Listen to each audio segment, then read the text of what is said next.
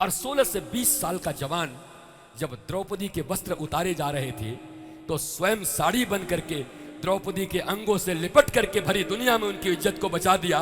वो कृष्ण तुम्हें नहीं दिखाई पड़ते? तुम्हारी बुद्धि में भांग पड़ा है। भारतीयों को क्या हो गया है बताओ? 8 साल के बच्चे पर कहते हैं चीर हरण कर लिया महाराज जी आपके ठाकुर जी ने। और चीर हरण का अर्थ है वासना हरण। गोपियों की तैयारी हो रही है। जिन गोपियों के साथ भगवान को महारास करना है, अर्थात जो जीवात्मा परमात्मा से मिलने के योग्य है, जो समर्पित होने वाली है, उसके वासना का हरण करके उसको उपासना देते हैं। चीर का अर्थ वासना होता है।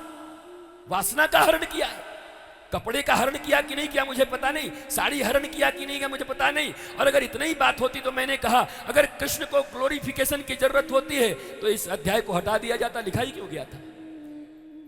जिस भागवत में ये लिखा है कि चीर हरण किया गया है, उसी भागवत में ये भी लिखा गया है कि श्री कृष्ण अवतार नहीं साक्षात अवतारी हैं। वो क्यों नहीं मानते? आधा शास्त्र मानोगे, अपनी मर्जी का शास्त्र मानोगे। उसी शास्त्र में तो लिखा है प्रत्यक्ष कृष्ण एव ही, श्री कृष्ण ही भगवान है। महाराज वेणु गीत हुआ, गोपी वस्त्र चीर हरण हुआ, कल सुनाएंगे गोवर्धन लीला हुआ। भगवान लौट के आए उधर से कालिया उलिया का काम करके, घर में देखा डर पर पुआ हुआ बन रहा है। बोला ये क्या हो रहा है? बोला देवता का पूजा होने वाला। बोला नया देवता कौन पैदा हो गया?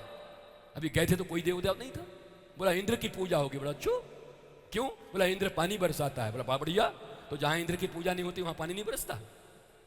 5,500 वर्ष पहले ऐसी क्रांतिकारी बात करने वाला 7 साल 8 साल का कृष्ण, पहला भाषण कृष्ण का चल रहा है महाराज। 8.5 साल का लड़का लीडर बनकर के भाषण कर रहा है। अच्छा हमने तो सुना है कर्मण्येवाधिकारस्तु मा फलेषु कदाचन, कर्म प्रधान विश्व करी राखा, जो जस करहि सो तत् फल चाखा।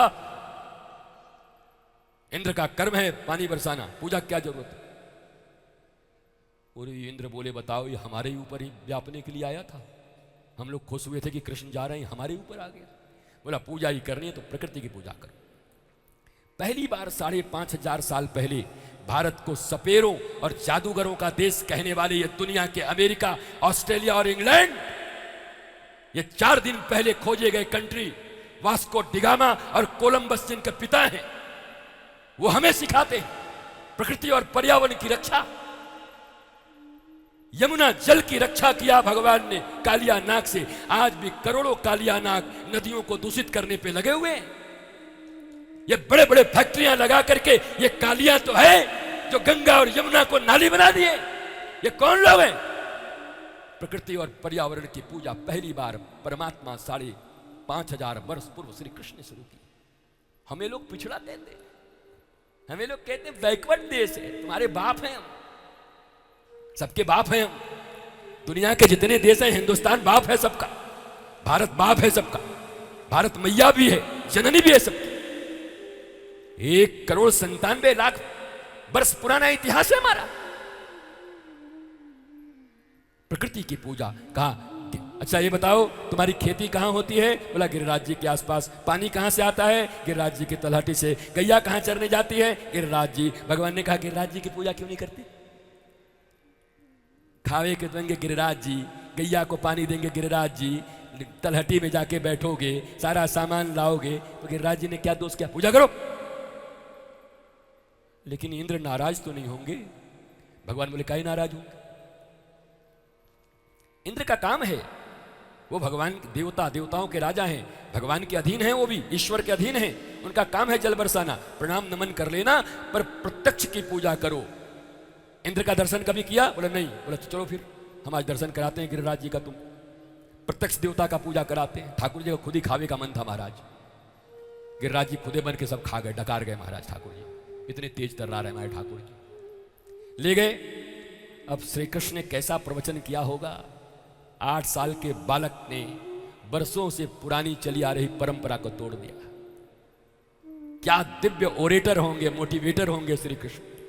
क्या मोटिवेशनल स्पीच देते होंगे भगवान, बताओ।